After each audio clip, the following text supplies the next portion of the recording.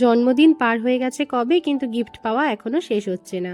গতকাল মিন্ত্রা থেকে একটা পার্সেল এলো, কি এলো তোমাদের দেখাই একবার। জন্মদিন উপলক্ষে রূপম আমার জন্য দুটো জিন্স অর্ডার দিয়েছিল মিন্ত্রা থেকে, তারই একটা এসে পৌঁছেছে। জিন্সটা একবার ট্রাই করে দেখেও নিলাম কেমন এসছে। কোয়ালিটি খুব ভালো এসছে আর ফিটটাও মারাত্মক ছিল।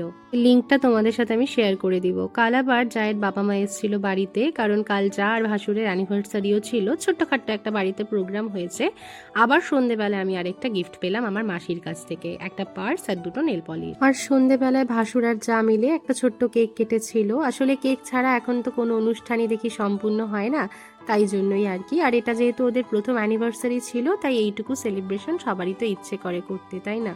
আর কেক কাটিং এর পর আমার শাশুড়ি মা, আমার জায়ের মা, আমার মা এবং আমার এক মাসি তারা বাড়িতে যেহেতু ছিল, তাই ওদেরকে একটু ধান দুব্য দিয়ে আশীর্বাদও করলো। আর তারপর খাওয়া দাওয়া করে যে যার মতো বাড়িতে। তো এইটুকুই সেলিব্রেশন গতকালকে আমাদের বাড়িতে কিন্তু হয়েছিল।